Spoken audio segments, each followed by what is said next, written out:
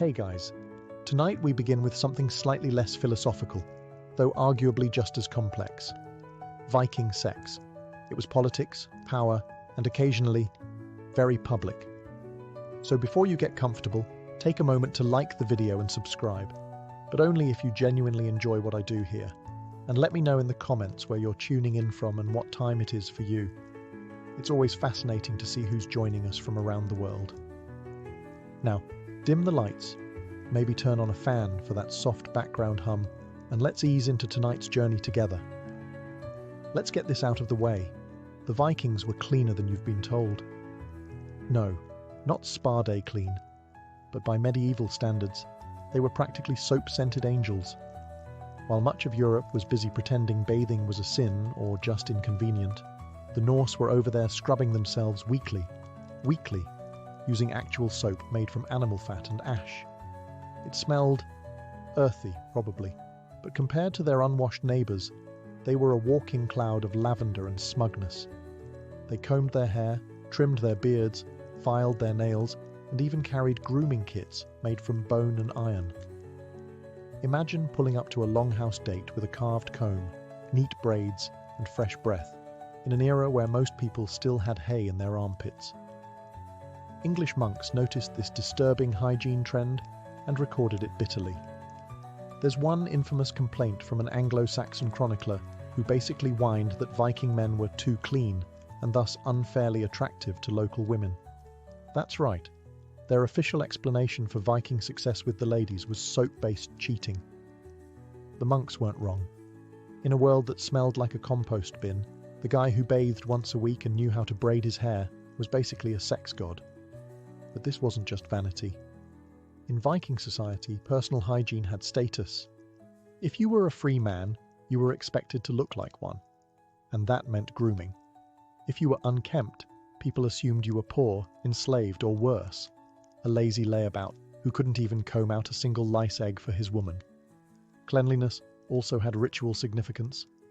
Before feasts, before battles, before bedroom adventures, you washed. It wasn't just about removing dirt.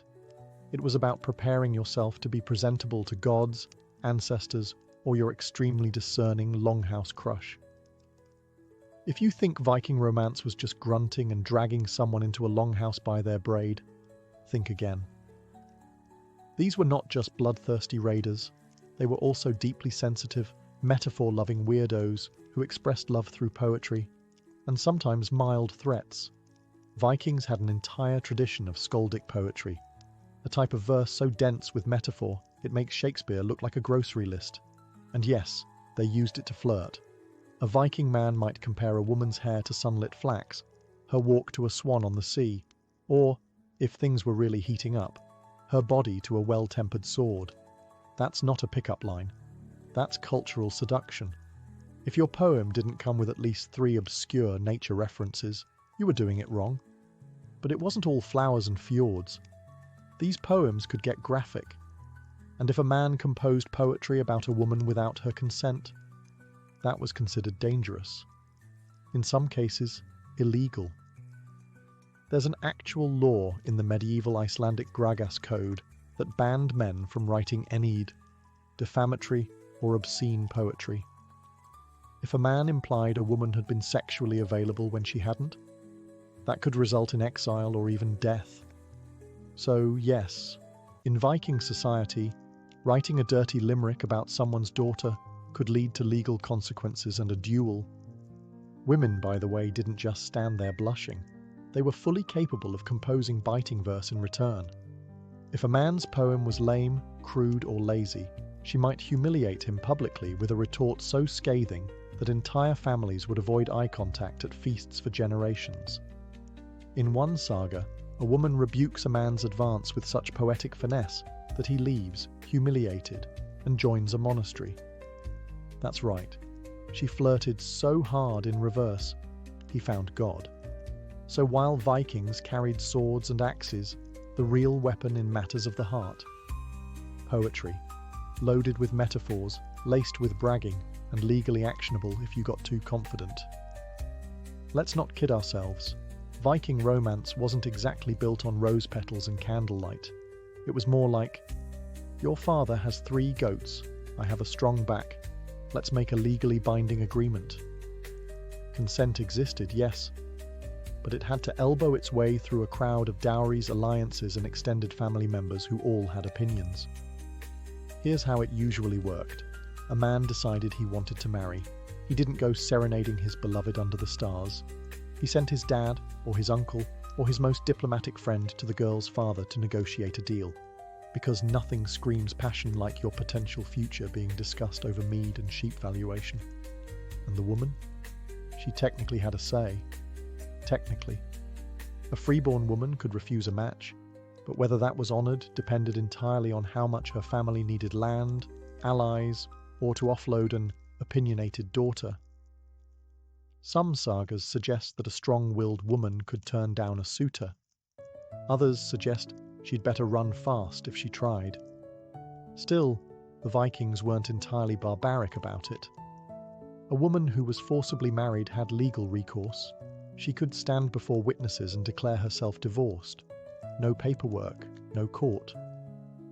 Just 3 public announcements, basically the medieval Norse version of "It's not me, it's you," shouted at a dinner party. And while abducting a bride might sound romantic in some badly translated sagas, Viking law did frown upon it. Frown, not necessarily stop. Kidnapping a woman for marriage was illegal, but also occasionally celebrated in poetry. Nothing says mixed messaging like a legal code and a love ballad giving you opposite advice.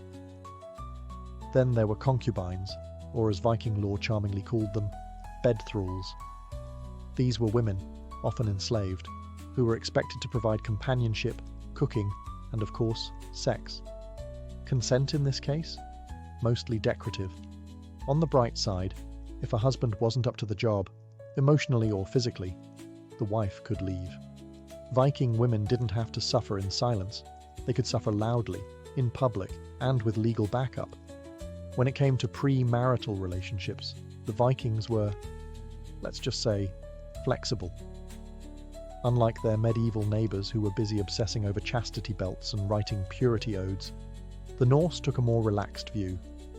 In fact, a woman's past experience wasn't necessarily a deal-breaker, unless it involved, say, someone else's husband or a very public scandal involving the neighbour's hayloft. Being romantically involved before marriage wasn't taboo. It was life. Vikings were practical people. If 2 consenting adults had a relationship, the world didn't collapse. Families might raise an eyebrow, or both if the timing was suspicious. But they wouldn't lock their daughters in towers or start inventing chastity gadgets. Virginity was never treated as a woman's value.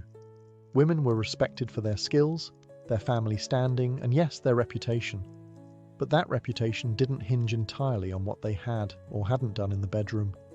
In fact, some sagas even praise bold women who went after what, or who, they wanted, especially if they did it with confidence and a strong sword arm. This wasn't just cultural flexibility, it was survival logic. Viking society needed strong partnerships. A woman who could manage a farm, handle trade, and hold her own in a legal dispute was far more valuable than one with a perfectly untouched romantic history. Life was hard. Winter was longer. Practicality usually won. That said, discretion was still encouraged. While premarital relationships weren't punished, boasting about them could get you into trouble. If a man bragged publicly about a past partner and she hadn't consented to the story being told, he could face legal consequences. Essentially, kiss and tell was considered both rude and, in some cases, illegal. In short, the Vikings respected personal agency, as long as it didn't cause unnecessary drama at the feast. If you thought modern mythology gets weird, just wait until you meet the Norse pantheon, a divine soap opera where shape-shifting, cross-dressing, and dramatic romantic entanglements were just Tuesday. Let's start with Frey, the god of fertility. Frey wasn't subtle. He was frequently depicted with, let's say, overwhelming enthusiasm for his role. His sacred statue reportedly came with anatomically confident features, and his worship involved rituals that celebrated life, love, and very suggestive crops. If you were hoping for a god of modesty, Frey was not your man. Then there's Loki, everyone's favourite chaos agent. In one story, Loki transforms into a mare, yes, a female horse, to distract a magical stallion, and it works. So well, in fact, that Loki becomes pregnant, and later gives birth to an 8-legged horse named Sleipnir. Somehow, this is treated as a quirky anecdote rather than a cosmic HR incident. In another tale, Thor cross-dresses to infiltrate a wedding feast and recover his stolen hammer. His disguise? A bridal gown and a veil. His plan? Grunt a lot and hope no one notices the bride's beard. Spoiler, they notice. But the hammer is recovered and everyone goes home slightly confused. Why does any of this matter? Because the Vikings didn't view romance, gender, or intimacy as neat little categories. Their myths were messy, fluid, and gloriously inappropriate by modern Sunday school standards. In fact, many Norse deities and heroes engaged in relationships that modern cultures would spend entire legal seminars trying to explain. The line between affection and absurdity was thin, and the gods crossed it regularly, usually on horseback. But here's the twist. These myths weren't seen as shocking. They were normal.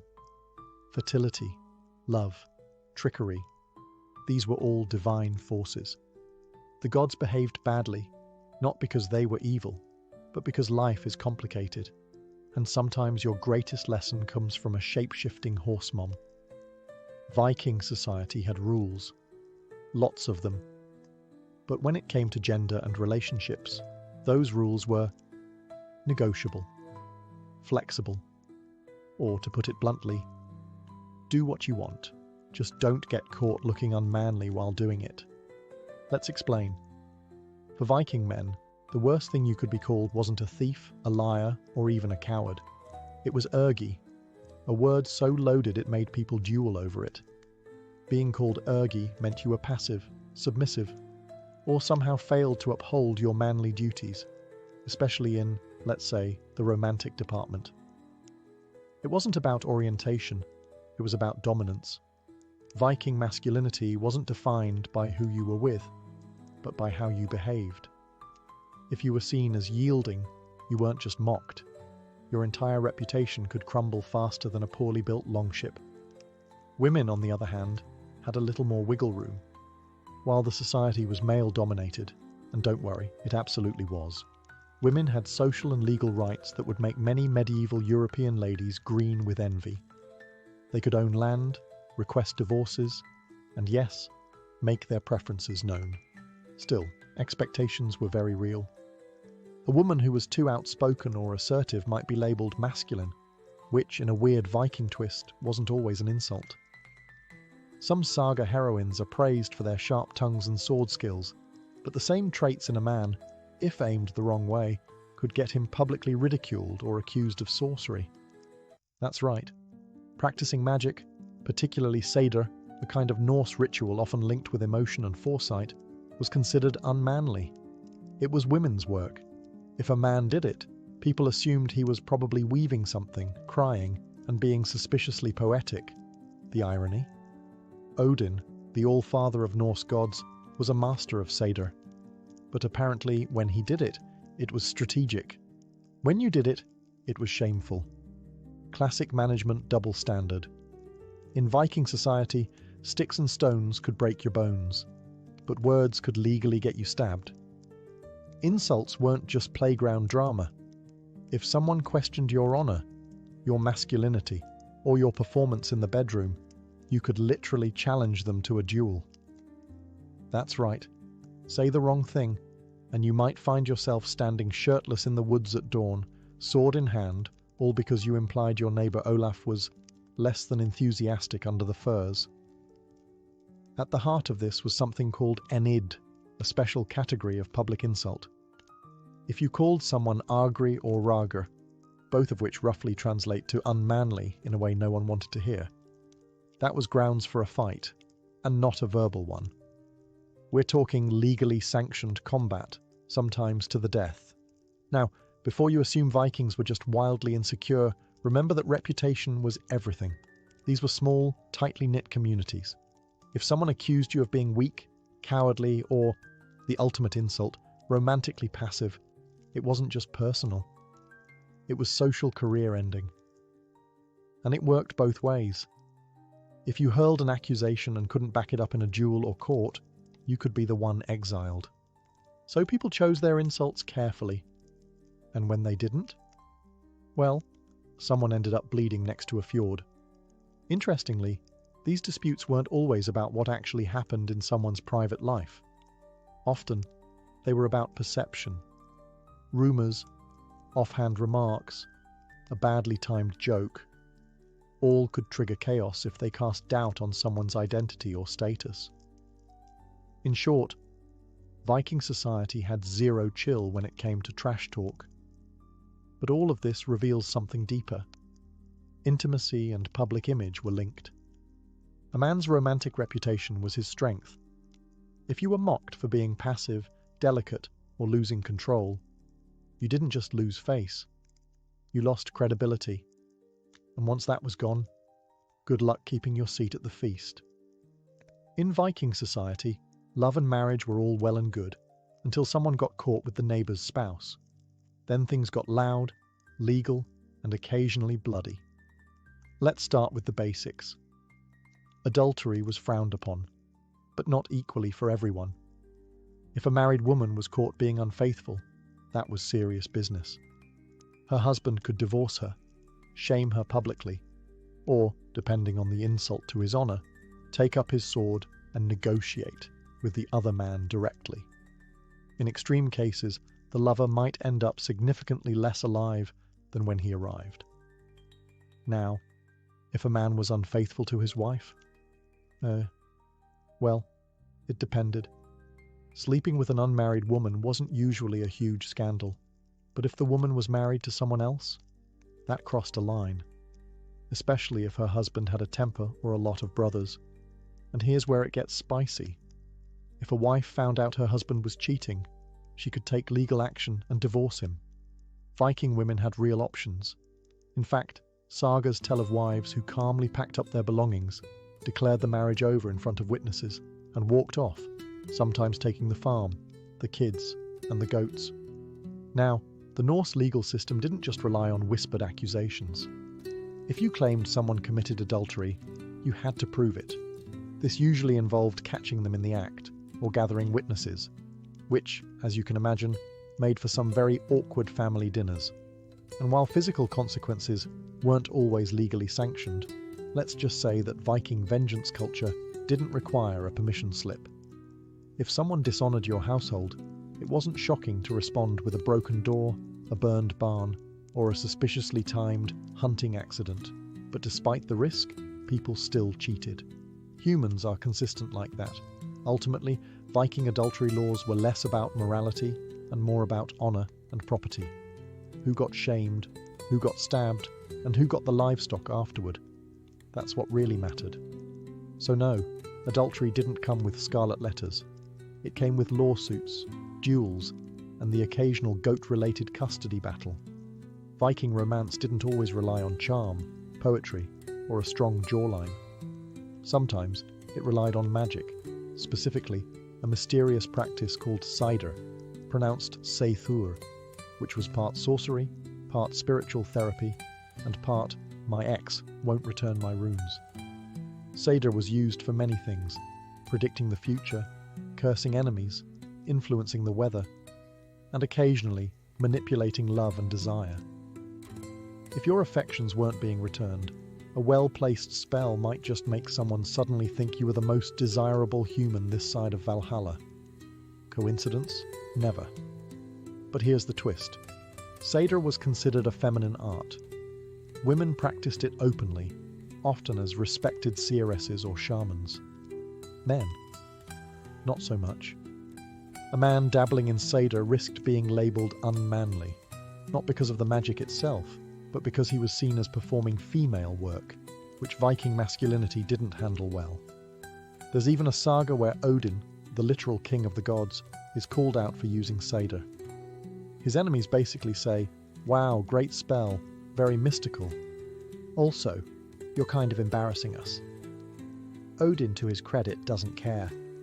When you've got one eye and a pet raven, public opinion just doesn't sting the same. As for the love magic itself, it ranged from harmless charms to full-blown enchantments. Think, drink this herbal tea and fall madly in love, mixed with, if you don't, something unfortunate might happen to your cows. The Vikings never did anything halfway. Of course, there were risks. If you were caught using magic to win someone's affection, especially without consent, it could backfire, both legally and supernaturally. People believed that misused magic could rebound like a badly carved boomerang, and you really didn't want your love spell turning into a village-wide outbreak of emotional confusion. Still, for those with a little courage and a bag of herbs, Cedar offered options. Not everyone could write love poetry, but anyone could try a charm and hope it worked. Modern romance thrives on ambience, dim lighting, candles, Spotify playlists. Vikings, on the other hand, had firelight, the sound of livestock snoring, and 6 relatives pretending not to notice anything. Let's talk about privacy, or more specifically, the complete lack of it. Viking homes were longhouses, big, open buildings where entire families lived, worked, ate, and yes, slept together. Not in a weird way, but in a we're trying not to freeze to death kind of way.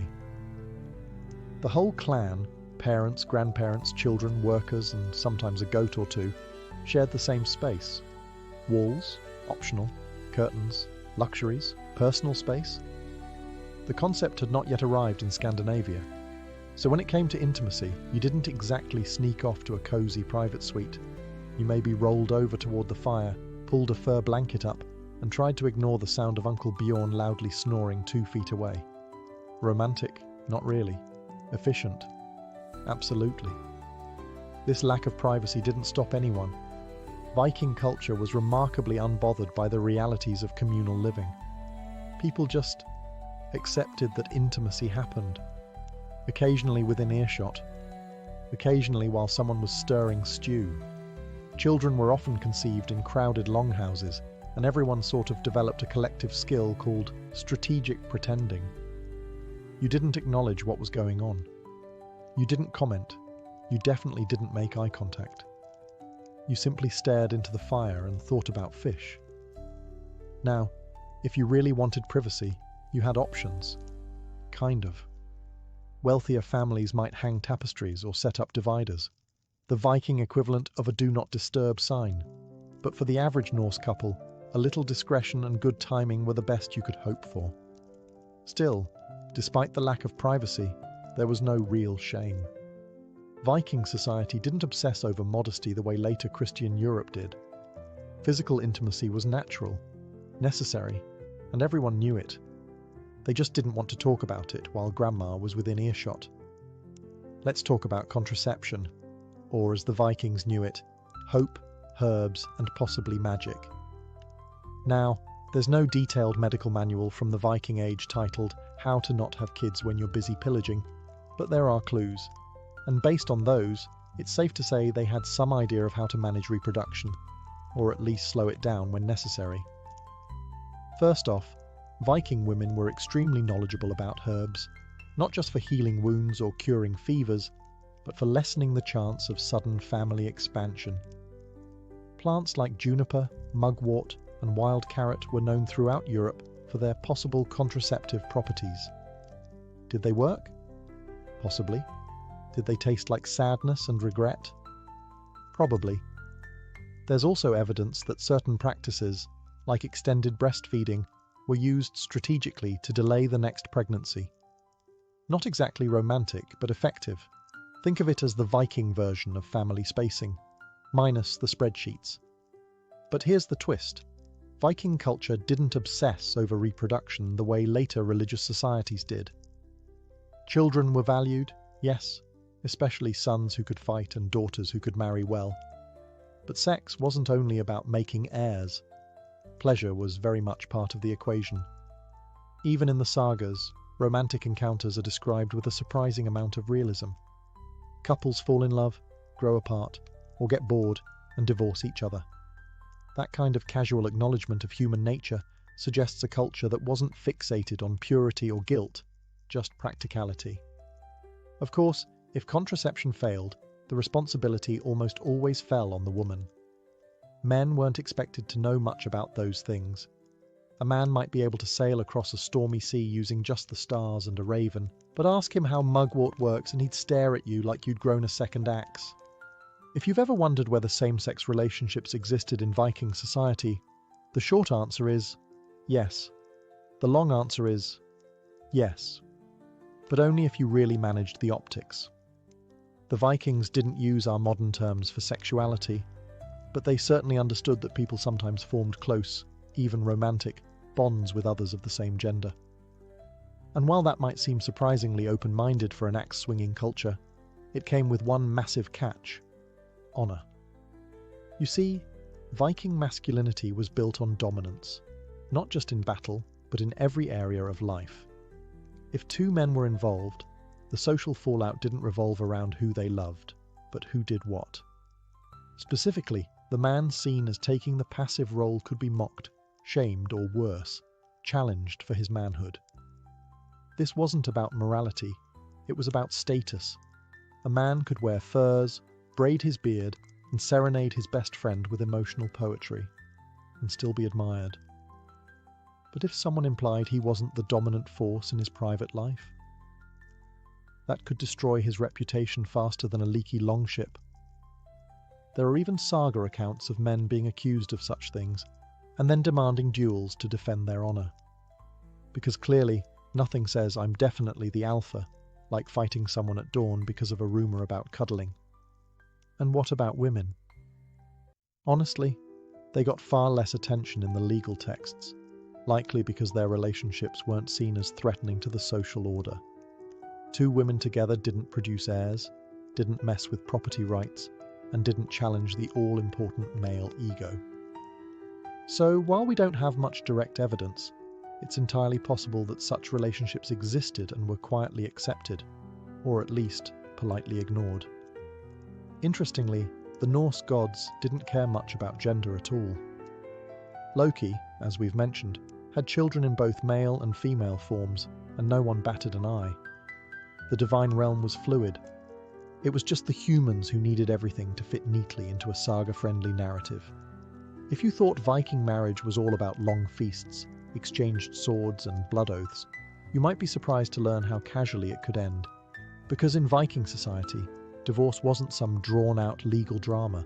It was more like, I'm done, I'm taking the ox, good luck. Seriously, Viking women could divorce their husbands, and they didn't need a lawyer, a judge, or a ceremonial raven. All they needed was a clear voice and a couple of witnesses. Here's how it worked. A woman could end the marriage by standing in front of a group of people, preferably at the front door or the couple's bed. Yes, really. And declaring that she was leaving. Bonus points if she could name why she was leaving, like abandonment, violence, or the classic, "He won't stop reciting bad poetry in bed." And that was it. Once the declaration was made, the marriage was considered dissolved.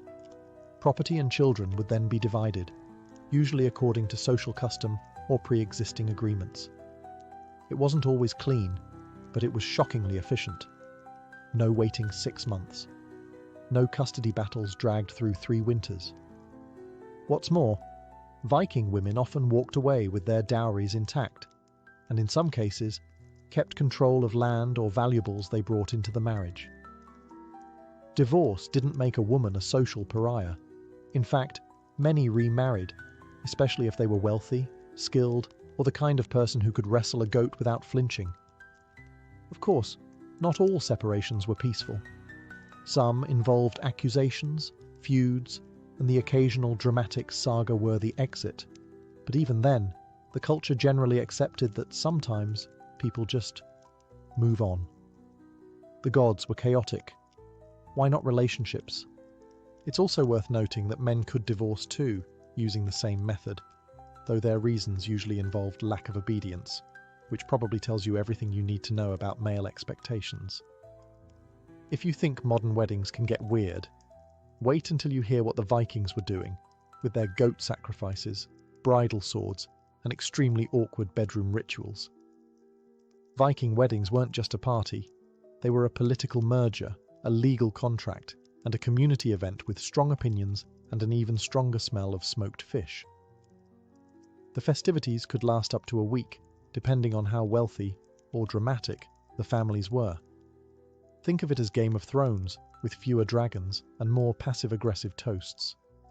The bride and groom each had symbolic preparations. The bride had her hair unbraided, a sign of maidenhood ending, and sometimes wore a Brisingamen-style necklace if her family was feeling extra mythological. The groom, meanwhile, might retrieve his ancestral sword, because nothing says, "I'm ready for commitment," like brandishing a weapon at your in-laws. But here's where things get very Viking: the consummation. It wasn't just encouraged, it was mandatory, and in some regions, it had to be witnessed. Yes, witnessed. In some cases, a few unfortunate relatives stood by the door, torches in hand, to make sure the couple sealed the deal and didn't just pass out from mead and nerves. Why? Because this wasn't about love, it was about validating a contract. Marriage affected inheritance, land rights, alliances. So if you didn't follow through, someone might challenge the legitimacy of the union later. That's how you end up with lawsuits and blood feuds. Much simpler to just awkwardly nod from outside the curtain and hope for minimal eye contact. Of course, not every wedding was that dramatic. In less theatrical communities, the act was simply assumed, or at worst, verified through loud bragging the next morning over breakfast stew. There were also rituals involving hammers, hello Thor, shared drinking horns, and solemn oaths sworn before witnesses. And mead, gallons of it. In fact, the honeymoon originally referred to drinking honeymead for a full moon cycle after the wedding to boost fertility. Romantic and slightly sticky. By now you've probably realized that Viking intimacy wasn't all pillaging and grunting. It was layered, strategic, wildly poetic, slightly magical, and occasionally performed next to a goat. Viking culture didn't treat sex as something shameful or hidden. It was a part of life, like farming, raiding, or wondering if your neighbor was plotting revenge. It served purposes both sacred and practical, producing heirs, forging alliances, settling scores, and sometimes just getting through a very long winter. Passion existed, absolutely, but it came tangled in reputation, law, honor, and community expectations. You didn't just fall in love. You made sure your great-aunt, your livestock, and 3 sword-carrying uncles approved. Romance wasn't private, it was a group project. The sagas themselves, those sweeping epic tales, are full of love, jealousy, clever women, and emotionally unavailable men. Some stories end in dramatic weddings. Others end with one partner sailing off into the fog, while the other stabs a cousin for looking smug. Either way, it's drama. Beautiful, windswept, emotionally messy drama. And through it all, Viking women weren't passive background characters. They seduced, divorced, cursed, negotiated, and occasionally set things on fire. They were respected for their wit, feared for their curses, and occasionally remembered in verse, which, in Viking terms, is the ultimate compliment. Even their gods treated love like a battlefield. Loki transformed genders, Frey paraded his fertility like a prize-winning squash, and Odin dabbled in romantic magic without blinking. The divine set the tone. Love was powerful, unpredictable, and definitely not PG. So, what was sex really like for the Vikings? It was communal. It was poetic. It was legally complicated. It could win you honor or get you exiled. It was public in all the wrong moments and weirdly progressive in all the right ones. And perhaps most Viking of all, it wasn't about being perfect. It was about surviving love with your pride, your farm, and your sword arm intact. Because when the Norse did love, they did it like everything else, with fire, flair, and absolutely no apologies. If you were a medieval peasant, don't imagine holidays meant sipping wine by the fire while someone else did your chores. No, holidays were holy days, religious observances sprinkled generously across the calendar. On paper, it might have looked like you got a break from back-breaking work. In practice, you might still be roped into helping fix the church roof, cook stew for the entire village, or chase the pigs that escaped during the festivities. Still, it beat digging turnips. The church, bless it, gave the peasantry dozens of feast days. We're talking Christmas, Easter, Saints' Days, Marian festivals, and random local holidays honouring relics like St. Gertrude's toenail. These weren't optional. They were sacred timeouts where you were expected to pause labour, attend Mass, and ideally reflect on your sin-soaked soul. But peasants, ever pragmatic, found ways to turn these holy days into moments of joy, feasting, and barely controlled drunkenness. Yule, for instance, wasn't just a single day, but 12. That's 12 days of storytelling by the hearth, ale-sloshed caroling, and if you were lucky, someone might show up with a roasted pig. It was the medieval equivalent of a Netflix binge and holiday potluck rolled into one. But don't get too comfortable. While your lord might not expect rent payments during a feast day, he might expect your son to serve wine at his table, or your daughter to help dress the lady of the manor in her Saint Day best. Holidays could blur the line between sacred rest and unpaid community service. Still, there was something deeply communal about them. These weren't individual spa days.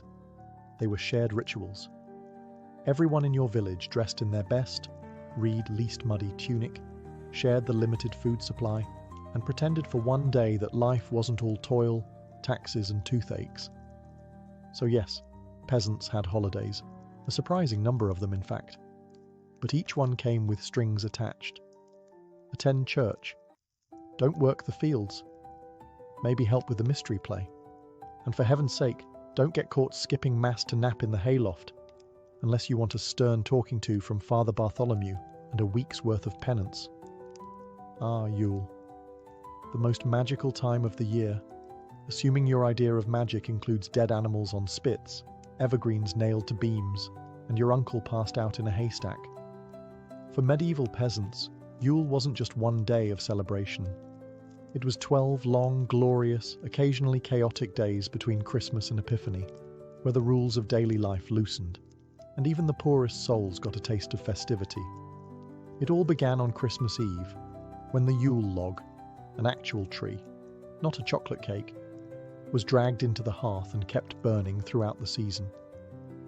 Its ashes were considered lucky, which made sense because keeping a giant log ablaze for 12 days in a medieval house was essentially a controlled house fire. Feasting was central to Yule, although what counted as feasting varied wildly. If your village had a generous lord, you might be blessed with extra meat, ale, and a communal pig roasting on a spit. If not, then dried beans, mystery stew, and bread with actual salt counted as a luxury. You took what you could get, and then you sang about it, loudly, off-key, and often while drunk. There were songs and games too, and masks, because nothing says birth of Christ like dressing up as a bear and terrorizing your neighbors. These traditions carried whispers of older, pre-Christian customs, remnants of pagan solstice rituals repackaged with Christian branding. Evergreens, for instance, symbolized eternal life, and hanging them indoors wasn't just for decoration, it was to ward off evil. Or, in peasant logic, the rats. It was also a rare time when social norms flipped. Some villages appointed a lord of misrule, usually the biggest idiot available, who was given temporary authority to mock the gentry and orchestrate games. For 12 days the lowest could act like the highest, until the calendar flipped and reality came crashing back down like a thatched roof in January. Still, for all its noise and nonsense, Yule was sacred, not just in the religious sense, but in the emotional one. It was warmth in the cold, light in the dark, laughter in a world where teeth were optional by age 30. In those 12 days, peasants weren't just survivors, they were celebrants. And come January 6th, back to work. The pig's bones were gone, the ale was sour, and your wife was glaring at you to patch the barn roof you ignored for a week. If Yule was about ale and ashes, May Day was all about flowers and fertility, and not just the kind in the fields. For medieval peasants, the 1st of May wasn't merely a date on the calendar. It was a riot of colour, music, and mischief, celebrated with the kind of reckless joy only possible when winter was finally over and the crops hadn't failed yet. The festivities began at dawn, when villagers trotted into the woods to gather May, branches, blossoms, and sometimes a bit of scandal. Young people especially embraced this tradition, often vanishing in pairs and returning a little more rumpled than they left. Elders may have raised their eyebrows, but no one complained. After all, a few extra babies born in early February were just part of the rhythm of village life. At the heart of the celebration stood the maypole, a tall wooden pole planted in the village green and bedecked with ribbons, flowers, and enough local symbolism to make a Freudian blush. Peasants danced around it in weaves and circles, laughing, sweating, and pretending it wasn't basically a fertility totem left over from earlier, more openly pagan times. The church disapproved, of course, but not enough to stop the dancing. Even Father Bartholomew occasionally tapped his foot. Music filled the air, drums, flutes, bagpipes if you were unlucky. There were plays, races, wrestling matches, and, in some villages, leaping over bonfires to prove your courage or earn a year's luck. And while much of this was deeply symbolic, celebrating the rebirth of nature, the hope of the harvest, it was also a rare and glorious excuse to just have fun. Peasants who spent most of the year in ragged tunics pulled out their best, often still ragged, clothing, adorned themselves with garlands, and crowned a May Queen. She represented springtime, youth, and beauty, which in peasant terms usually meant has most of her teeth and no visible boils. Unlike religious holidays, May Day wasn't bound by church bells or scripture. It was older than saints, older than sermons, a festival of the body as much as the spirit. And though the local lord might still extract a labour tax the next morning for that one flower-scented day, even the lowest born could dance like they ruled the meadow. In medieval Europe, the calendar was bursting with saints, and each one came with a feast day. You'd think that meant endless parties. And technically, yes, but imagine celebrating your great-aunt Mildred's birthday every other day, and she's also a martyred nun who died of gangrene. Welcome to the divine chaos of saints' days. Peasants loved saints' feast days, not necessarily for theological reasons, but because it was a legitimate excuse to stop ploughing and start eating. These days often included a village mass, followed by hours or days of merrymaking. Think processions with relics, mystery plays in the mud, barrels of ale cracked open before noon, and that one barefoot guy shouting about Saint Blaise' miraculous fishbone removal. Each village had its favourite patron saint. Some chose practical ones, St. Isidore for farmers, St. Apollonia for toothaches. Others went with local legends, like St. Ethelbert of Nowhere, who allegedly cured leprosy and hiccups. Whoever the saint, the feast day involved honouring their memory through rituals, prayers, and possibly roasting a goat.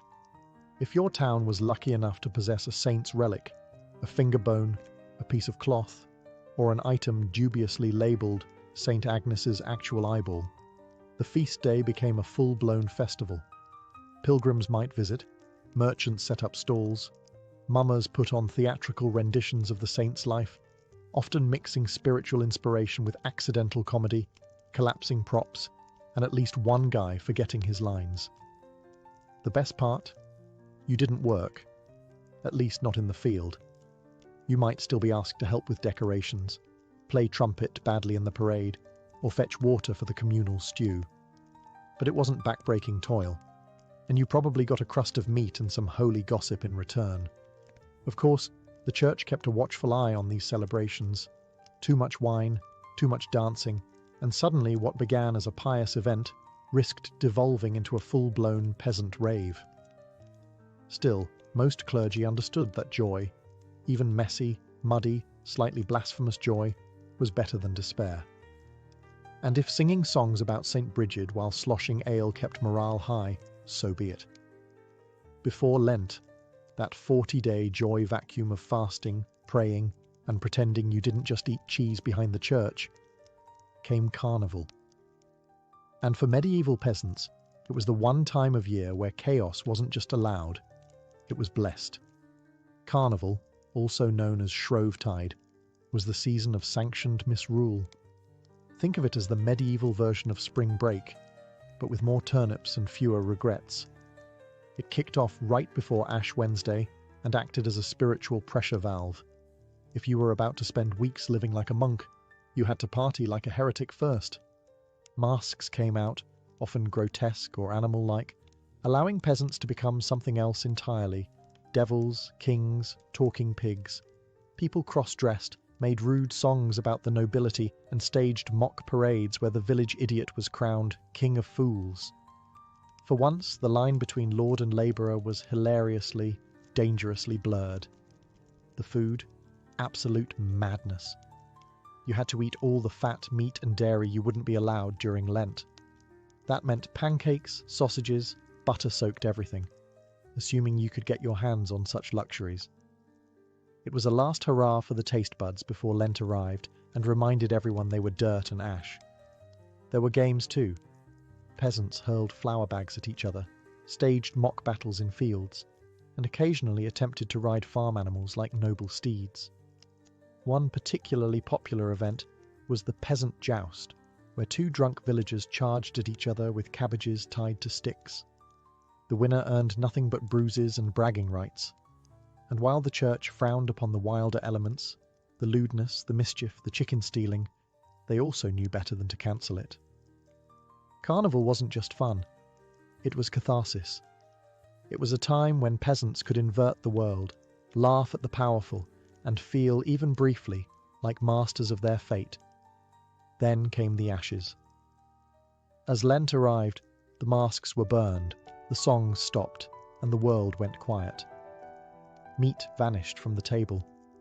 Bells tolled solemnly. And the same villagers who danced half-naked around a bonfire 2 days earlier now knelt in church, solemn and hungry. But the memory of Carnival lingered, a reminder that joy, like wine, should be savoured while it lasts. What do you get when you mix religion, theatre, and a troupe of semi-literate farmers with a flair for the dramatic? Mystery plays, the blockbuster entertainment of the medieval world. Long before Netflix, TikTok, or even Shakespeare, peasants gathered to watch sweaty neighbours reenact the Bible, in full costume, sometimes on wagons. Mystery plays weren't mystery in the modern sense. They weren't crime thrillers or whodunits. The term came from ministerium, Latin for craft or guild, since local guilds were often in charge of producing them. So, the Bakers' Guild might perform the Last Supper, while the butchers took on the crucifixion, naturally. Nothing says divine suffering like actual pig's blood. Performed during major feast days and religious festivals, these plays turned public squares into makeshift theatres. The villagers would flock in, muddy boots and all, to watch scenes from Genesis, Exodus, or Revelations, acted out by their own neighbours in robes held together with hay twine and goodwill. Some plays travelled through town on wagons, each one staging a different scene, like a divine parade of biblical drama. The performances weren't always, shall we say, theologically accurate.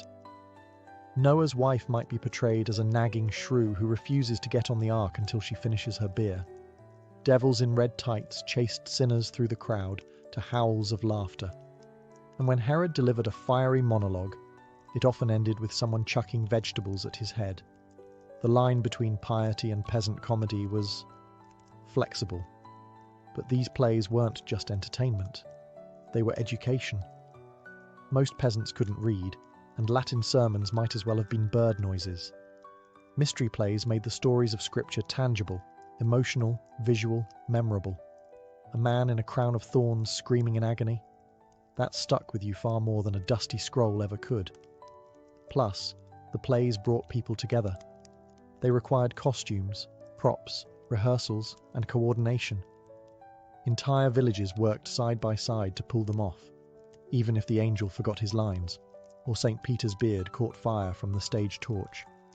It was a holy mess, but it was theirs. In medieval peasant life, a wedding wasn't just a personal affair. It was the village's excuse to throw the biggest legal party it could get away with. Technically, it was a sacrament. Spiritually, it was a public contract. Practically, it was a festival where the ale flowed freely, and half the guests left with someone else's cloak. For peasants, marriage was as much about social duty as romance. Families arranged unions for land, labour, or livestock. The bride's dowry might include a pig, a sack of barley, or a decent-looking goat. Love was optional. Breeding strong sons who could lift a plough? Mandatory. The festivities began with a church ceremony, simple, brief, and usually outdoors, right at the church door. Witnesses were essential. So were blessings. But don't expect choirs and organ music. You might get a single-stringed fiddle if you were lucky, or old Joffrey trying to whistle through his missing teeth. After the vows, it was time for the real celebration, the wedding feast. Everyone was invited, neighbours, family, the thatcher who never finishes on time, because hospitality was sacred. Guests brought whatever they could, bread, eggs, maybe a roasted bird if they were feeling generous. The bride's family provided the bulk, which sometimes meant boiling a single chicken in a tub of turnips and calling it stew. Then came the dancing. Hours of it. Possibly days. Medieval peasant dances weren't delicate minuets. They were stomping, spinning, mud-slinging affairs where everyone got dizzy and someone usually fell in the fire. The local musicians played whatever instruments hadn't been stepped on. There were games too. Jokes about in-laws, bawdy songs, and contests that ranged from who can drink the fastest to guess how many children they'll have before the first harvest. All done with the cheer of people who hadn't had this much fun since last May Day. At some point, the newlyweds would be escorted to bed. Literally. By the entire village. This bedding ceremony involved blessings, laughter, and just enough uncomfortable chanting to make it weird. Then the curtains closed. And 9 months later, you guessed it, another festival. Despite the many feast days, festivals, and official holidays on the medieval calendar, peasants quickly learned a hard truth. A holy day didn't always mean a lazy day. More often than not, it meant different work, just with slightly more singing and marginally better food. Sure, the fields might rest, and the oxen got a break, but that roof still leaked. The priest's barn still needed sweeping, and someone had to cook the communal stew that was mysteriously made entirely of onions and hope. Holidays weren't about idleness. They were about public service with extra candles. Let's say it's St. Swithin's Day. No field work? Great. But you're now helping erect a flower arch out of dead branches. Then you're drafted into the mystery play as Roman soldier number 2, whose only job is to yell, "Blasphemer," and fall in the mud on cue. Later, you're stirring a cauldron in the churchyard, while Father Bartholomew micromanages your seasoning. Even the 12 days of Yule weren't pure leisure. Someone had to gather firewood, brew the ale, roast the questionable boar, and keep the Yule log burning, which basically required a night shift rotation. If it went out early, bad omen. Possibly the Black Death. No pressure. Children and elders didn't get off easy either. The kids were tasked with gathering herbs or delivering awkwardly shaped bread to neighbours. The elderly were expected to sit near the hearth and tell stories, preferably ones that didn't end in fire, plague, or goats escaping. Though to be fair, those were the best ones. Some villages had traditions like Church Cleaning Day, which was cleverly scheduled on a saint's feast to make it sound less like a chore. And if your local lord decided he wanted a new banner sewn or a moat cleared before his feast, guess who got volunteered? Of course, there were still bright spots. Work on a feast day usually came with extra food, maybe a gulp of ale, and the camaraderie of neighbours grumbling in unison. Plus, nothing built community quite like hauling a rotten log out of the village pond together. For medieval peasants, life was brutal, but not entirely joyless.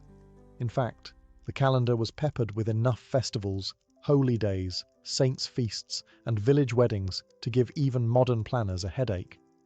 These events didn't just provide moments of rest. They offered structure, meaning, and a rhythm to a life otherwise ruled by mud, toil, and taxes. Each season brought its own blend of sacred and social celebration. Winter held the warmth of Yule, candle-lit masses, and storytelling by the fire. Spring delivered May Day, full of blossoms, bonfires, and blushing faces disappearing behind hedges. Summer was the time for saints' processions, pilgrimage fairs, and maybe, just maybe, a feast hosted by the manor lord that didn't taste like turnip surprise. Autumn closed the loop with harvest festivals. These weren't as flashy as Carnival or Yule, but they were deeply satisfying. After months of sweating in the fields, peasants gathered for communal meals, thanking the saints for not sending a famine or locusts again. There was dancing, ale, and roasted things that probably shouldn't have been roasted. But no one complained. Even the fasting seasons, like Lent and Advent, were part of the rhythm. They made the feasting sweeter, the celebrations more profound. And while the church might have hoped peasants would spend those days in quiet repentance, most simply switched to grumbling and thin broth until the next excuse to party rolled around. The joy wasn't just in the celebration itself, but in the anticipation. Planning a mystery play, brewing ale, sewing ribbons into old tunics, these were acts of hope. They gave peasants something to look forward to, a chance to feel alive, connected, and part of something larger than themselves. And that, perhaps, was the real miracle of the medieval festival calendar. It stitched together a world constantly on the edge, of illness, invasion, or starvation, with moments of laughter, music, and collective relief. Whether dancing around a maypole, falling off a pageant wagon, or burning their fingers on a Yule log, peasants found a way to celebrate the absurd and divine alike.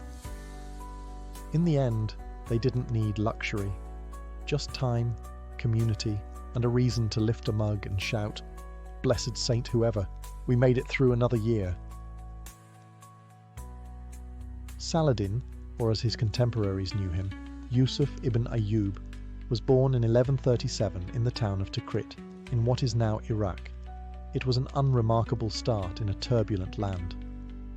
His Kurdish family wasn't royalty, but they weren't peasants either. His father, Ayyub, was a military officer in service to the powerful Zengid dynasty, who ruled over much of Syria and northern Iraq. Still, no one looked at young Yusuf and thought, "There goes the future liberator of Jerusalem." Unlike most warlords of his time, Saladin wasn't raised in a blood-soaked training yard. He grew up in Baalbek and then Damascus, where his education included theology, mathematics, law, and poetry. He studied the Quran deeply and developed a lifelong love of learning. He wasn't some brash teenage sword swinger. He was quiet, reflective, and almost bookish. His early mentors described him as gentle and deeply devout. Not exactly the stuff of war epics, not yet. But the world around him was anything but peaceful. The Crusaders still held Jerusalem, and the Muslim world was fractured by petty rivalries. Different emirs ruled different territories, each more concerned with power than unity. Sunni and Shia factions jostled for control, and alliances shifted faster than a desert wind. Into this mess, Saladin stepped, not as a self-declared hero, but as a loyal servant under the command of his uncle, Shirkuh, a tough-as-nails general in the service of Nur ad-Din, the ruler of Aleppo. At this point, no one expected greatness from Saladin. He was smart, yes, obedient, devout, but he wasn't particularly charismatic or war-hardened. He wasn't groomed for power. In fact, when he was first sent on campaign to Egypt alongside Shirkuh, some records suggest he went reluctantly. His interests were spiritual, not strategic. Politics bored him. And yet, destiny had other plans. And once Egypt opened its gates, so too did opportunity. What made Saladin unique wasn't that he craved power, but that he wielded it with humility when it came. He entered the story as a background character, a nephew, an assistant, a quiet man in a loud world. And somehow, that quiet man would go on to change history. Saladin didn't march into Egypt expecting a crown. In fact, he didn't want the job at all. In the 1160s, Egypt was ruled by the crumbling Fatimid Caliphate, a Shia regime beset by civil unrest, famine, and endless court intrigue. When the Crusaders and various Muslim factions started poking around, Nur ad-Din sent his trusted general, Saladin's uncle Shirkuh, to restore some order. Saladin, ever the dutiful nephew, followed. He was supposed to assist his uncle, not lead a country. And yet, that's exactly what happened. After a few years of messy campaigns, backroom deals, and some very suspicious natural deaths, Shirkuh seized control of Cairo and promptly died. Just like that. The sword had barely cooled in its sheath before the question emerged, who takes over now? Enter Saladin, reluctantly. The court expected an easily controlled figurehead. They saw a quiet, religious man with little charisma and even less political ambition. Perfect. But within months, Saladin showed he was anything but a placeholder. He moved fast. First, he consolidated power in Cairo, outmaneuvering rivals with a mix of diplomacy, piety, and sheer competence. Then, in a bold move, he quietly dismantled the Fatimid Caliphate from within. He re-established allegiance to the Sunni Abbasid Caliphate in Baghdad, ending 2 centuries of Fatimid rule. It was a religious and political earthquake, and Saladin did it without mass bloodshed or palace massacres. But don't mistake mercy for weakness. He cracked down on corrupt officials, improved infrastructure, and reformed Egypt's chaotic finances. He surrounded himself with scholars and judges. He even made food more affordable for the poor. To a battered and divided people, he brought stability, and to outsiders, he sent a clear message. Egypt now had a real leader. Still, Saladin didn't style himself as a king. He was Nur ad-Din's loyal servant, for now. But tensions began to build. The student was rising. The teacher grew wary. Egypt was no longer just a distant post in a crumbling empire. It was the beating heart of Saladin's rising power. And while he hadn't sought the throne, now that he sat upon it, he ruled with purpose. The reluctant savior had become a sultan in everything but name. And soon, the rest of the Muslim world would take notice. Saladin's next challenge wasn't the Crusaders. It was his own side. After stabilizing Egypt, Saladin faced a fractured Islamic world. The Seljuk Empire was splintered. Syria was under the rule of his former patron, Nur ad-Din, who was now deeply suspicious of Saladin's growing influence. And elsewhere, ambitious emirs bickered over scraps of territory, while Jerusalem remained in Crusader hands. Theoretically, they all served the same god. In practice, they couldn't organize a potluck, let alone a holy war. Then, in 1174, Nur ad-Din died, suddenly, and once again, a power vacuum opened, and Saladin stepped in. At first, he framed his actions as loyal service. He claimed to be preserving Nur ad-Din's legacy, even marrying into his family. But let's be honest, Saladin was done being a subordinate. He moved north, took Damascus with barely a fight, and began the slow, patient process of stitching the Islamic world back together. Not by conquest alone, but through marriages, alliances, bribes, and, when necessary, the occasional siege. Cities that had ignored each other for decades suddenly found themselves answering to the man from Tikrit. Aleppo resisted, of course. So did Mosul. But one by one, the pieces fell into place. And unlike many rulers of his time, Saladin wasn't known for backstabbing or cruelty. He pardoned rivals.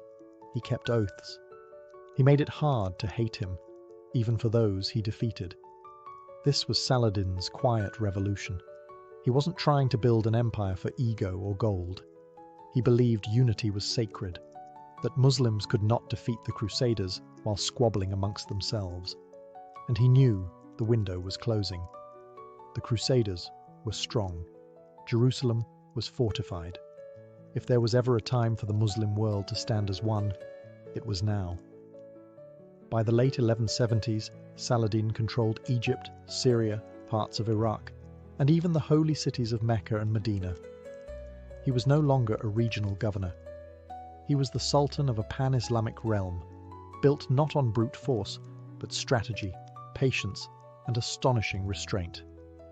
But his greatest test was yet to come, and it flew a cross-shaped banner.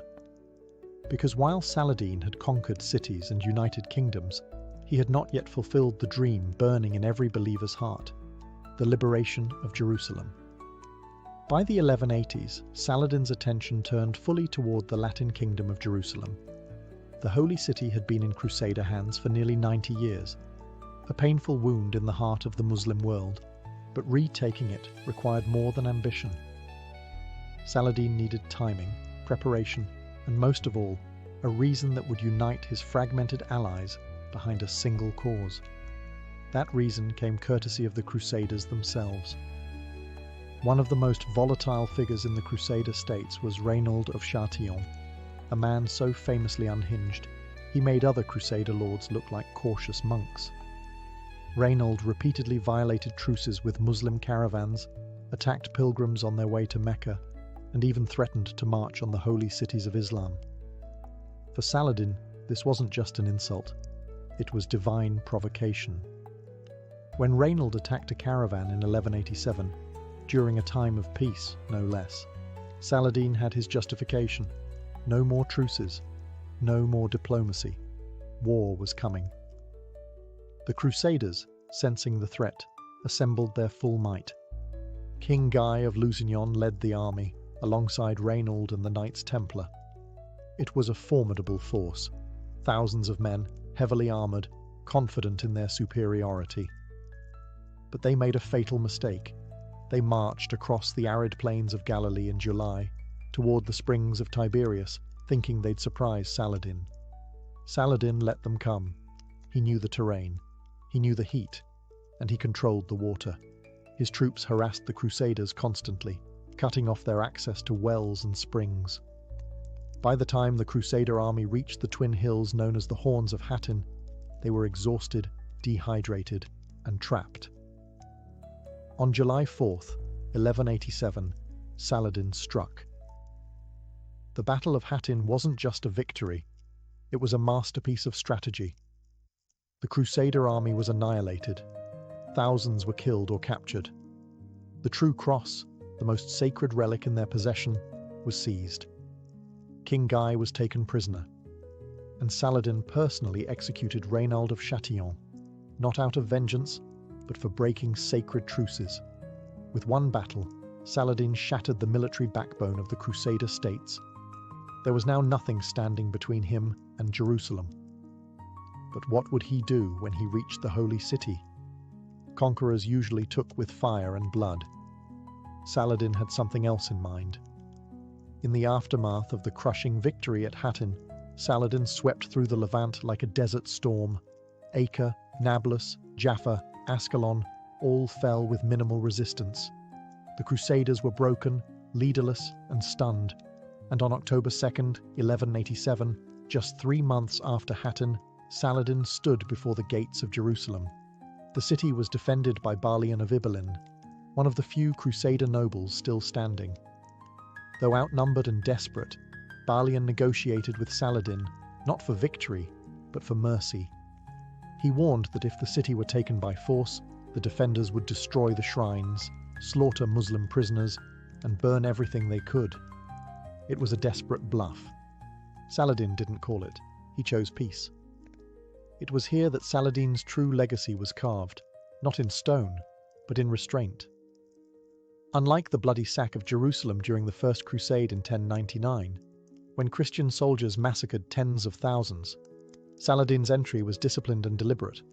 There was no general slaughter, no desecration of churches, no rivers of blood. He gave Christians the option to ransom themselves, their families, and their neighbours. Many were freed without payment, especially the poor. Saladin even paid the ransom for hundreds who couldn't afford it. he allowed Christian priests to remain and continue services. The Church of the Holy Sepulchre was untouched. Holy sites were protected, not out of political savvy alone, but genuine religious principle. For Saladin, this wasn't weakness. It was justice. He believed that Jerusalem, sacred to Muslims, Christians, and Jews alike, should not be soaked in vengeance. To wield power without cruelty, that was the true expression of faith. His mercy shocked Europe. Tales of his honor spread even in enemy lands. Chroniclers who hated Islam still wrote of Saladin with reluctant admiration. Some even compared him favorably to their own kings. In reclaiming Jerusalem, Saladin had done what few thought possible. He not only reversed decades of Crusader conquest, but did it with dignity and restraint. The city was his, but the world, watching from afar, began to realize that his strength lay not just in his sword, but in the way he chose not to use it. The Christian world wouldn't take this humiliation lying down. And from the west, a familiar shadow began to stir. News of Jerusalem's fall hit Europe like a thunderclap. Popes preached vengeance, monarchs sharpened their swords, and at the head of this new crusading storm stood Richard the Lionheart, King of England, warrior, and one of the few men on earth whose name could rival Saladin's. Thus began the Third Crusade. Not just a military campaign, but a high-stakes duel between two icons. Saladin, the seasoned sultan with a reputation for mercy. Richard, the brash, brilliant tactician with a taste for blood and glory. The world watched as these two legends collided across the hills and plains of the Levant. Richard arrived in the Holy Land in 1191 and immediately captured Acre. It was a brutal siege, and when negotiations with Saladin stalled, Richard executed 2,700 Muslim prisoners in a single day. Saladin, who had gone to great lengths to spare Christian lives in Jerusalem, was furious, but he didn't retaliate in kind. Instead, he tightened his discipline and focused on strategy. The two men never met in person, but their duel was deeply personal. They clashed at Arsuf, where Richard won a tactical victory, but failed to destroy Saladin's army. Every battle was a masterclass in warfare. Richard was aggressive and clever, launching ambushes and flanking maneuvers. Saladin was patient, harassing enemy supply lines, conserving strength, avoiding wasteful bloodshed. But this wasn't just a military contest. It was a contest of ideals. Richard was undeniably brave, but often ruthless. Saladin, though a formidable commander, continued to show mercy and honor, even sending physicians to treat Richard when he fell ill. Despite his victories, Richard could never reach Jerusalem. Logistics, weather, and Saladin's defenses held him back. Eventually, both men knew they were at a stalemate. Neither could land the final blow. So in 1192, they made peace. The Treaty of Jaffa allowed Christian pilgrims access to Jerusalem, but left the city under Saladin's control. It was a compromise, not a triumph, but a balance. And both men, exhausted and war-weary, honored it. In the end, Saladin had defended the holy city without razing the land. Richard returned to Europe a hero, but Jerusalem remained Muslim. Two lions had roared, but only one still held the crown. Saladin's battlefield prowess made him famous, but it was his character that turned him into legend. Unlike many rulers of his era, Christian or Muslim, Saladin didn't bathe in cruelty or surround himself with sycophants. He was devout, modest, and astonishingly humble for a man who ruled an empire from Egypt to the borders of Mesopotamia. He slept on mats, gave away personal wealth to the poor, and wept openly at sermons. No palaces dripping with gold, no extravagant displays. Just a man who believed power was a test, not a prize. He fasted regularly, even outside of Ramadan, and studied the Quran with the same intensity he applied to warfare. Saladin prayed before battles, but more importantly, he prayed after them, not in thanks for victory, but in mourning for the lives lost. When his advisors urged him to punish enemies harshly, he often refused. "Victory is not in killing," he once said, "but in forgiving." And it wasn't just words. After Jerusalem, He could have razed churches, executed prisoners, and paraded through the city in triumph. Instead, he protected holy sites, released captives, and ensured safe passage for Christian pilgrims, including those who couldn't pay. He even gave charity to Jewish communities and maintained cordial relations with Eastern Christian sects. Saladin's generosity extended beyond religion. He donated his fortune to the poor more than once. He paid the dowries of orphaned girls. He built schools, hospitals, and water fountains. His court was filled not with gold-plated armor, but with scholars, jurists, and poets. But for all his gentleness, he wasn't naive. Saladin understood diplomacy, timing, and power better than most kings. He knew when to show strength and when to pull back. He wielded fear like a scalpel, rarely, but precisely, and when he executed Reynald of Châtillon, it wasn't vengeance. It was justice, delivered cleanly and without spectacle. Saladin didn't just lead an army, he led by example. His piety wasn't for show, his mercy wasn't weakness, and his restraint wasn't cowardice. He became something rare in medieval history, a man admired equally by his allies, enemies, and historians centuries later. But even legends must fade, and Saladin's final chapter was not written with a sword, but with silence. In 1193, just a few months after signing peace with Richard the Lionheart, Saladin fell ill. He was only 55 years old, hardly ancient by medieval standards, but years of constant warfare, political negotiation, and spiritual devotion had taken their toll. The man who had once ridden across deserts and scaled fortress walls now lay in bed, weakened by fever. He didn't summon his generals. He didn't hoard riches. Instead, he turned inward, spending his last days in prayer, reciting verses from the Quran, and giving away what little remained of his personal wealth. And that's not poetic exaggeration. When Saladin died, his treasury was so empty that there wasn't enough money to pay for his own funeral. The man who had ruled empires left behind 1 dinar, 47 dirhams, and a legacy worth more than any crown. His death was not dramatic. No assassination, no poisoned chalice, just a quiet exit, befitting the humility with which he had ruled. He was buried in Damascus, near the Grand Mosque, not in some golden tomb or fortified palace, but in a modest mausoleum. His coffin was draped in simple cloth, and no royal regalia marked his resting place. Years later, Emperor Wilhelm II of Germany would visit his tomb and donate a new casket, one made of marble. Even Europe's royalty, long after the Crusades had ended, paid their respects. Saladin's empire did not last long after his death. Like many great leaders, his strength had held together a fragile coalition, and once he was gone, his sons and nephews squabbled over the pieces. Syria, Egypt, and Mesopotamia soon drifted apart again, but Saladin himself was never forgotten. In the Islamic world, he remained the embodiment of righteous rule, a warrior who fought for justice, not conquest. In the Christian world, he became the rare enemy remembered with respect, even reverence. European chroniclers called him noble, wise, and even holy. Descriptions not typically reserved for infidels. It was said that he kept a shroud near his bed as a reminder that nothing, not kingdoms, not fame, not even Jerusalem, would follow him to the grave. And yet, centuries later, his name still does. Saladin died in 1193, but his legend never did.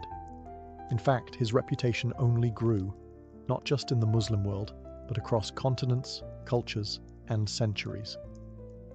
Unlike many medieval rulers who were forgotten or vilified, Saladin was remembered as something almost mythical, a man of war and peace, faith and tolerance, power and humility. In the Islamic world, Saladin became a symbol of what righteous leadership should look like. For centuries, sultans and caliphs invoked his name to legitimize their own rule, though few could match his grace or discipline. His model of jihad was not driven by fanaticism, but by duty. He fought to defend lands and people, not to glorify himself. He ruled with fairness, governed with scholars, and died with empty pockets. In many ways, he became the gold standard, the ideal Muslim ruler that others pretended to be. But perhaps more surprisingly, Saladin was embraced by the Christian world as well. Despite being the chief opponent of the Crusades, European historians and poets painted him in glowing terms. Dante placed him in the virtuous pagans of the Divine Comedy, a high honor in a Christian cosmology. Boccaccio wrote of his generosity, and in the centuries that followed, Saladin became a chivalric hero in European romances. By the 19th century, Western leaders invoked his name as a model of noble conduct, even during colonial wars in the Middle East. His name became larger than his empire. In modern times, Saladin's image has remained potent. Arab nationalists of the 20th century invoked him as a symbol of unity and resistance. Statues of him still stand in Damascus and Cairo. Streets, schools, and even battle tanks bear his name. He is seen not just as a military hero, but as a bridge, a figure who commanded respect from both his own people and his adversaries. And perhaps that is Saladin's greatest legacy. Not just that he retook Jerusalem, or defeated Crusader kings, or ruled an empire, but that he proved it was possible, even in an age of blood and steel, to lead with compassion, to fight with honor, and to leave behind a legacy not of terror, but of respect. He died a sultan. He was remembered as something far greater. The Yoshiwara district in Edo wasn't merely a place. It was an entire world, sealed behind wooden gates and floating on the edge of fantasy.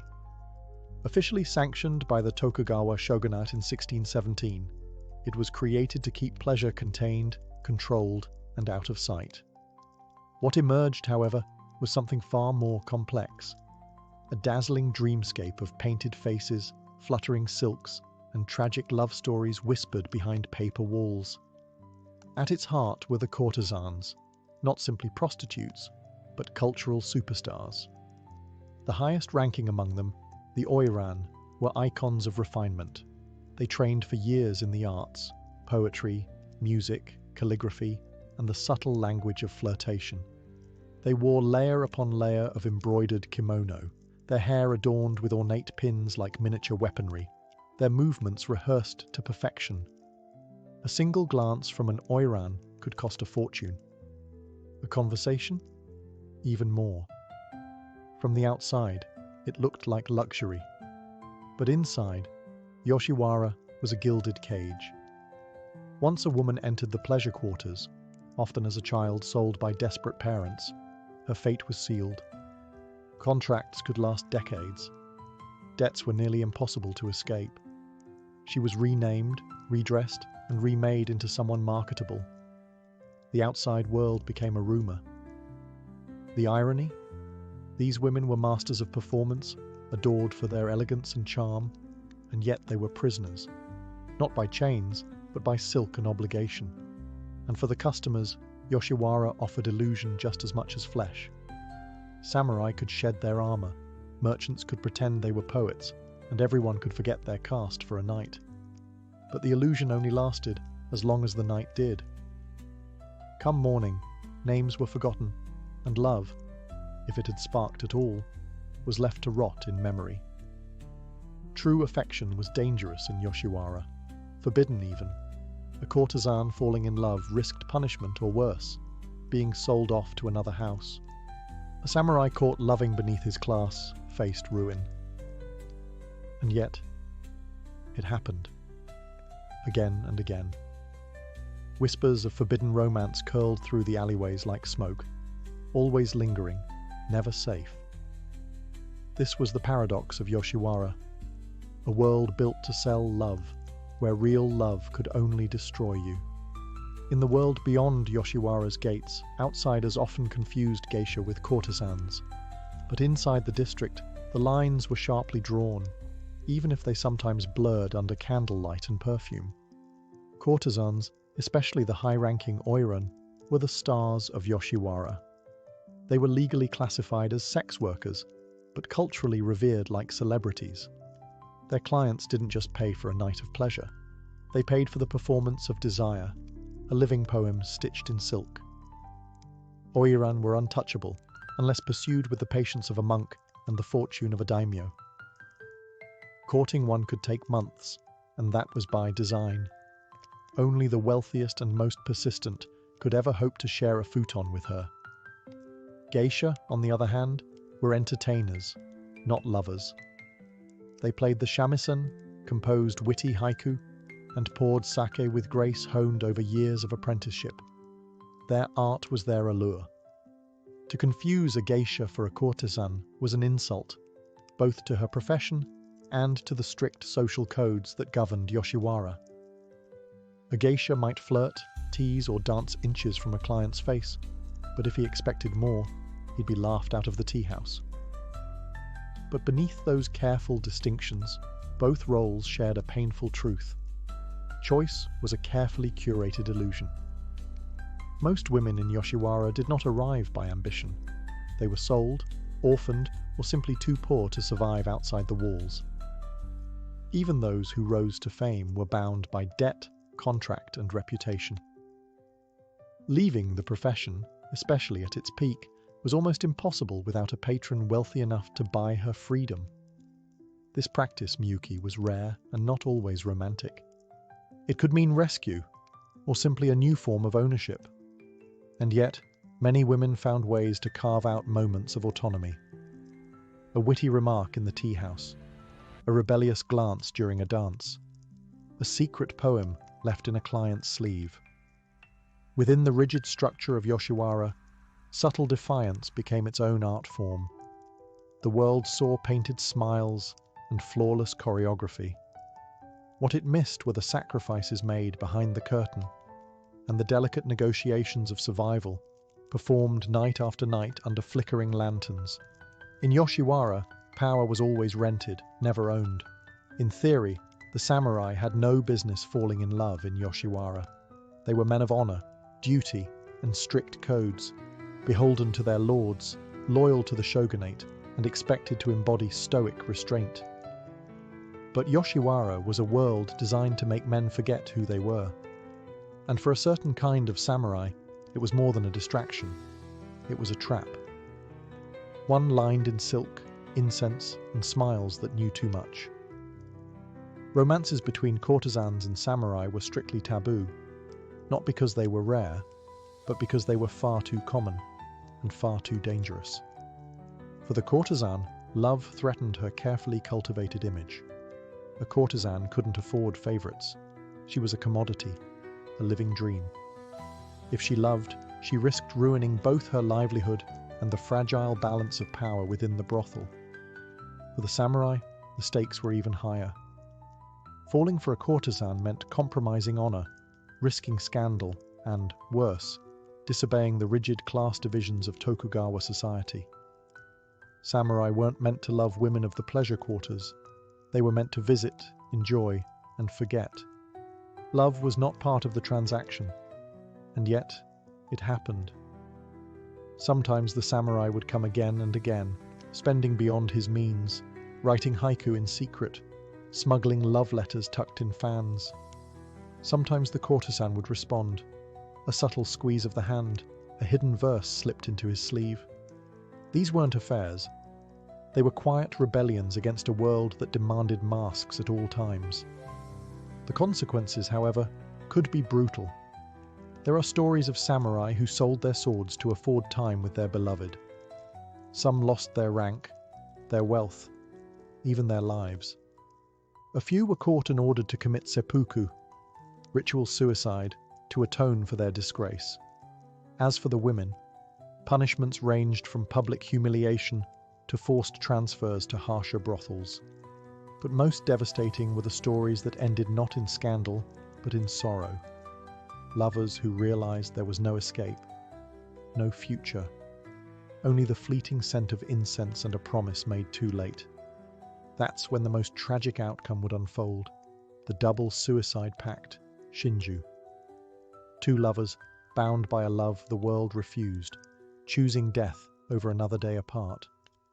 In Yoshiwara, Some romances bloomed like cherry blossoms, beautiful, brief, and destined to fall. In a district where every glance was choreographed and every touch had a price, the only place love could breathe was in the space between words. And in Yoshiwara, words, not whispers, were how forbidden hearts spoke. Poetry wasn't just a pastime in the pleasure quarters, it was a secret language. Haiku, tanka, and short prose poems fluttered through the air like falling blossoms, traded between geisha, courtesans, and clients with the weight of emotion too dangerous to speak aloud. A carefully composed verse hidden in a fan or tucked into a kimono sleeve could carry the longing of an entire heart, without ever mentioning love by name. For the oiran and other courtesans, poetry was part of their education. They were trained to compose on the spot, to weave elegance into sorrow, flirtation into metaphor. A courtesan might respond to a client's longing poem with a delicate rejection, a verse about an unreachable moon, or a river too wide to cross. But if she did return his feelings, her words could become a lifeline, a promise, or a secret vow. Samurai, merchants, even poets of the imperial court sought out Yoshiwara not just for pleasure, but for the chance to duel in verse, with women whose pens were as sharp as their eyes. Love letters weren't crude, they were art, folded with precision, spritzed with plum blossom perfume, and slipped discreetly into sleeves or sandals. But each poem was also a risk. A love letter discovered by a madam could mean punishment. A client seen lingering too long near the same house could be marked, and if a samurai's lord caught wind of his affections, it could destroy his career, or worse. Still, the verses persisted. Some became legendary, preserved in old notebooks, reprinted in literary collections, even copied by later lovers hoping to capture the same desperate beauty. Others were burned before dawn, their ashes carried off like secrets too dangerous to keep. In a world where love was a transaction, poetry allowed it to be something else. Something fragile, fleeting, and forbidden. Something you could hold in your hand, read under candlelight, and for a moment believe was real. For most women in Yoshiwara, freedom wasn't a dream. It was a calculation, a number, a price. Courtesans, especially the elite oiran, were bound by contracts as heavy as any chain. They owed debts for their training, their costumes, their housing, even the daily food they consumed. Every kimono, every hairstylist, every performance, all of it was logged, charged, and stacked onto a running tab that grew faster than it shrank. The only way out was miyuke, the act of being bought out. A patron, usually a wealthy merchant or retired samurai, could pay the full amount owed and secure the courtesan's release. It sounds romantic, and sometimes it was. But more often it was a trade. One gilded cage exchanged for another. Some women were truly rescued, married into wealth, or allowed to start quiet lives far from the red lantern glow of Edo. Others simply moved from one role of servitude to another, concubine, mistress, or unofficial second wife, kept behind closed doors and paraded only when convenient. Even in freedom, they were rarely treated as equals. Then there were those who tried to escape without payment. These stories rarely ended well. Yoshiwara was guarded, surveillance was tight. Women caught trying to flee were punished severely, paraded through the streets, their hair cut off in shame, or transferred to lower-ranking brothels where conditions were even harsher. But sometimes, rarely, a courtesan managed to vanish. Disguised as a servant, hidden in a palanquin, escorted by a lover willing to risk everything. These women became urban legends, whispered about in tea houses, immortalized in kabuki plays, always with the same bittersweet ending. Freedom, but at what cost?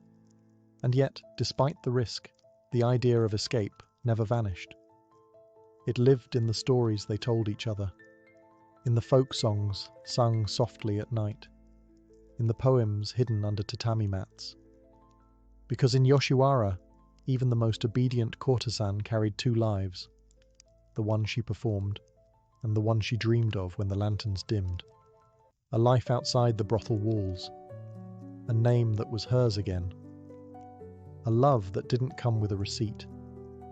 Escape was rare, redemption was rarer. But in a world built on illusion, hope was the one thing no one could tax. In a place designed to sell pleasure, some of the most enduring love stories from Yoshiwara are tragedies, and none looms larger than the haunting ritual of Shinju, the lovers' suicide pact. These weren't melodramatic gestures or theatrical legends, though kabuki plays often turned them into both. They were real, chilling events born from desperation. In Yoshiwara, when a courtesan and her lover faced a world that forbade their union, when freedom was impossible, when debt was crushing, and when love became unbearable, death felt like the only escape. Most pacts followed a pattern. The courtesan, often locked into a long-term contract, could not leave the brothel without a massive buyout. Her lover, typically a samurai or wealthy merchant, might have family obligations, societal expectations, or a declining fortune that made escape impractical. They would meet in secret, write poems, share final cups of tea, then disappear into the night, to the riverbank, the forest, or a rented room. Some cut their throats with hidden blades. Others drowned themselves in nearby canals, tied together with silken cords. Their bodies were often found still entwined, as if even death couldn't pry them apart. The public reacted with a mix of horror and fascination. Officials condemned Shinju as immoral and disruptive. Brothels tightened security. The shogunate issued laws banning the performance of such stories on stage. And yet, the people could not look away. These tragic deaths were romanticized in literature and song, transformed into folk legends and kabuki spectacles. Plays like The Love Suicides at Amijima turned real-life despair into cultural mythology. Audiences wept, poets composed elegies. But behind the drama was the raw truth. These were people so trapped by societal roles, so starved for dignity, that death seemed kinder than life. Not every courtesan died in love. Most survived, endured, and aged out of Yoshiwara quietly. But the ones who chose to die, or had no real choice, carved themselves into Japan's cultural memory with blood and blossoms. In a world obsessed with performance, Shinju was perhaps the only act that couldn't be faked. In the candle-lit haze of Yoshiwara, art was more than decoration. It was defiance. Every fan flutter, every stroke of calligraphy, every carefully arranged kimono fold was a form of silent resistance against a life that was anything but free. The courtesans and geisha of the pleasure quarters were artists by design. They were trained in traditional music, dance, ink painting, poetry, and etiquette. Their job was to embody the ideal of feminine beauty, intellect, and poise, an impossible standard made real through relentless discipline. But these weren't passive performances. They were acts of control in a world that stripped these women of almost everything else. Beauty became armor, a flawlessly styled wig, a poem that captured heartbreak in 17 syllables, a dance that communicated longing without words. These weren't just performances for clients. They were ways to maintain identity, dignity, and a sense of self in a world built to erase them. When a courtesan bowed with perfect grace or composed a haiku under pressure, she was saying, "I still exist. I still choose how I am seen." The art also travelled outside the brothel walls. Woodblock prints, ukiyo-e, or pictures of the floating world, immortalized the courtesans in vivid colour. Artists like Kitagawa Utamaro and Suzuki Harunobu captured their lives in glimpses. A woman adjusting her hairpin, a geisha looking out a window, lovers meeting under falling cherry blossoms. These images became wildly popular, collected by commoners and nobles alike. They turned courtesans into icons, while also revealing the loneliness behind the beauty. Some courtesans even became muses. Their likenesses appeared in paintings, plays, and erotic novels. Their poems were published in small chapbooks, traded like treasure among literati. For a few, this artistic fame offered something rare: a voice. Still, the art could never fully reflect the truth. Behind every print was a woman with debts. Behind every poem, a contract. Behind every graceful smile, someone counting the days until she was free, or too old to be desired. But art gave them something they weren't supposed to have: agency. It allowed them to shape their narrative, even if only in fragments. And in a world designed to control their story, even a fragment was power. In Yoshiwara, beauty wasn't just currency, it was a ticking clock. Every painted face, every silken sleeve, masked an expiration date. And while the world outside the pleasure district may have worshipped the courtesans as icons of grace and sensuality, inside everyone knew youth was the business, and it didn't last. A courtesan's value began to decline the moment she reached her peak. Her schedule lightened, her customers aged, new girls arrived, fresher, more fashionable, more in demand. And so, like a fading lantern at dawn, her time in the spotlight grew dimmer, until it quietly vanished. There was no grand farewell for most women, no ceremony, no parade. Some retired quietly, having paid off their debt and opened small tea houses or became hairdressers. Others took on behind-the-scenes roles, training new girls, styling hair, or managing guest bookings. But many simply disappeared, cast out of the pleasure district when they no longer sold illusions. Some were lucky enough to be bought out before time caught up. A wealthy patron might whisk them away to a private estate or offer marriage, though even that rescue often meant a different kind of servitude. For those who aged out without a sponsor, survival meant adaptation. And adaptation, in a society that valued a woman's beauty above all else, was often humiliating. In rare cases, former courtesans reinvented themselves as okami, respected proprietors of tea houses or inns, where they used their wit, contacts, and social skills to stay afloat. But these were exceptions. Most left Yoshiwara with little more than a change of clothes and the memories of a life both dreamlike and exhausting. No one painted woodblock prints of them once their cheeks lost their blush. No poets wrote odes to sagging eyes or aging hands. The very world that once worshipped them erased them the moment they stopped glowing. And yet, in those quiet exits, there was something honest. The illusion had lifted. The silk robes were folded away. The smile was no longer required. Because in Yoshiwara, the tragedy wasn't just in the love lost or youth faded. It was in the silence that followed. When the music stopped, the candles burned out, and the woman behind the mask finally walked home, unnamed and unseen. Today, the lanterns of Yoshiwara no longer glow. The narrow streets that once echoed with laughter, music, and whispered poetry are now paved over with apartment blocks and convenience stores. But the stories, they linger like smoke. Yoshiwara officially closed in 1958 when legalized prostitution was abolished in Japan. By then, the district had already faded into a relic of its former self. Bombings during World War II had ravaged much of its architecture. The ornate pleasure houses, the fan shops, the perfumed tea rooms, all gone. And with them, the lives of thousands of women, erased from public memory. But Yoshiwara never really died.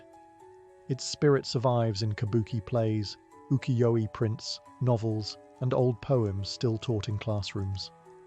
The oiran processions are still reenacted in festivals, where young women wear towering wigs and 12-layered kimonos to honor those who came before.